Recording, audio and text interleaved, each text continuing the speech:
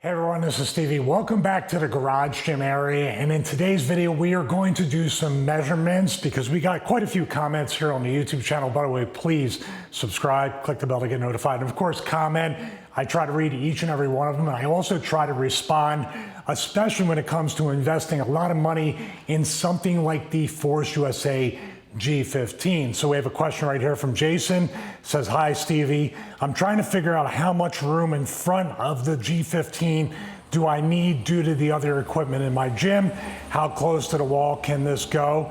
And how much space in front do you really need to utilize the cables, for instance, with chest crossovers, so cable flies?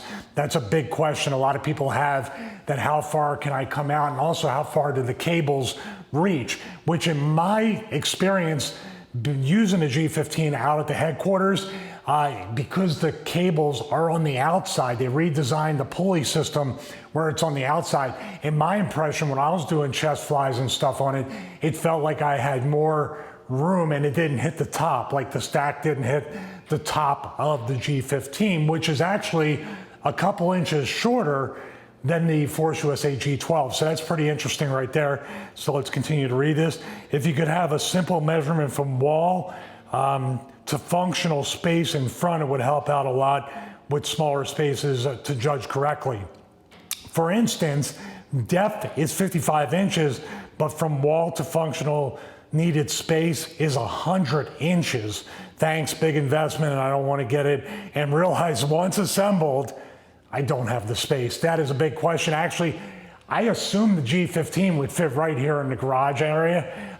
This is a 27 foot by 11 feet 4 inches. So 27 feet length, 11 feet 4 inches on the width. You can see it's pretty high. And we also have 12 foot ceilings. So this garage area is not like a lot of people's garages. Usually it's a shorter ceiling, or they don't have the width nor the depth. And also Jason's like me, he has a lot of gym equipment in here. We got a bunch of stuff. So I want to see personally if I have enough depth to do that. Now I'm going to guess some of this with the cables, but 100 inches is what he's looking for with the depth. So we're going to kind of guesstimate, and I'm also going to see selfishly if I can fit the G15, because we also have a little lip here that's a little bit of like a 1/4 inch to a 1/2 inch step off. So I got to make sure my feet are flat when I'm using this. So let's get the tape measure out. We're going to use probably the power block cylinders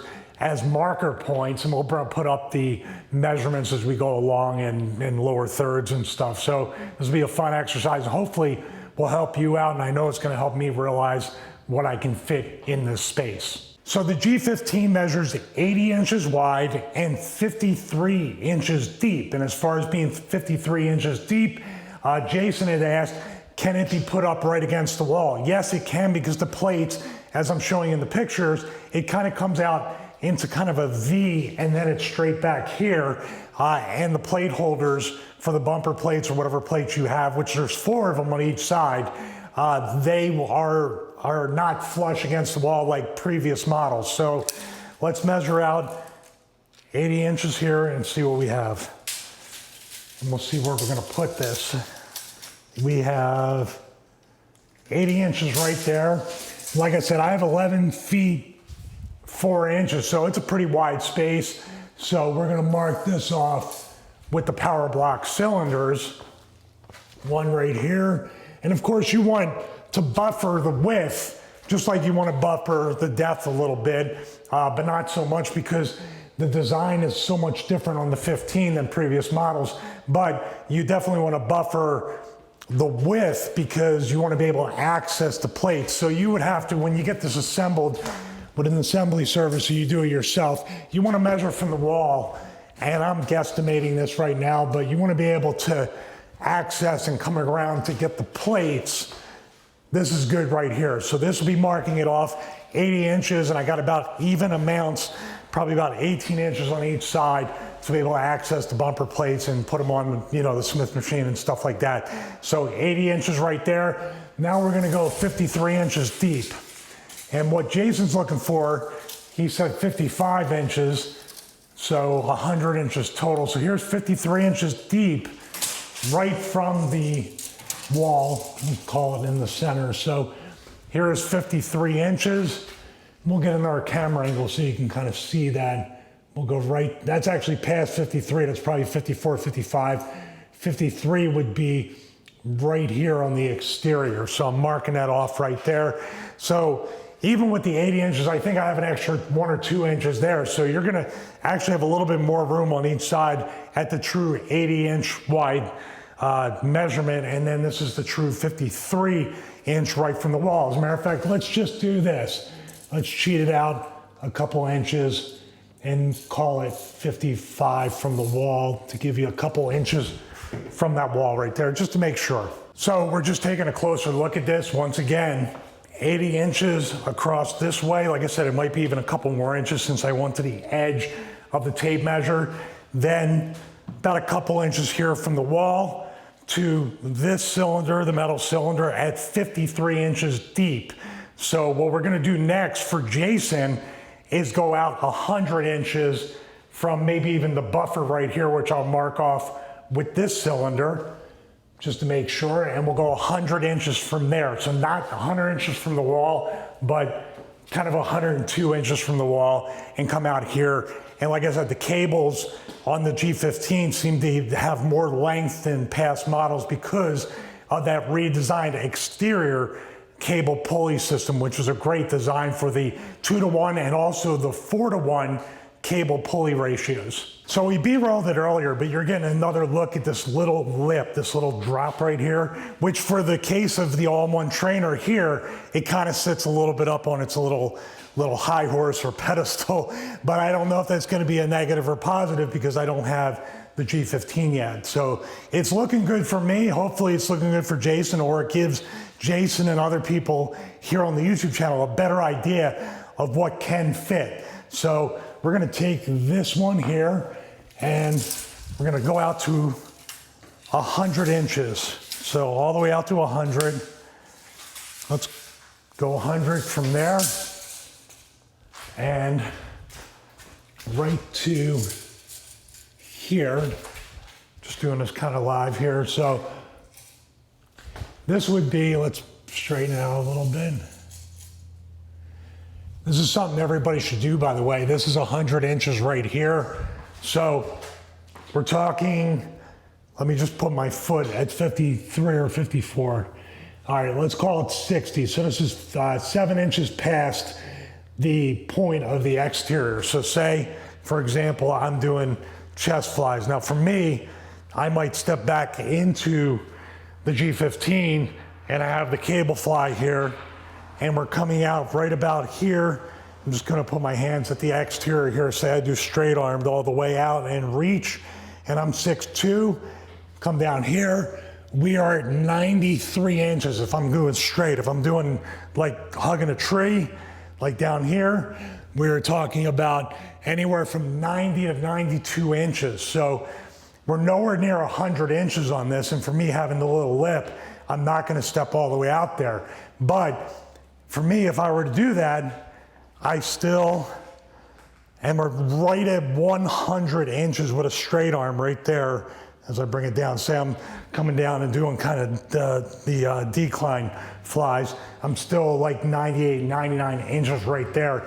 So the 100 inches from here, and we're talking 100 from the 2-inch mark, not completely flush against the wall. So we're talking about buying ourselves, we have people driving by, that's the thing about a garage gym with the door open.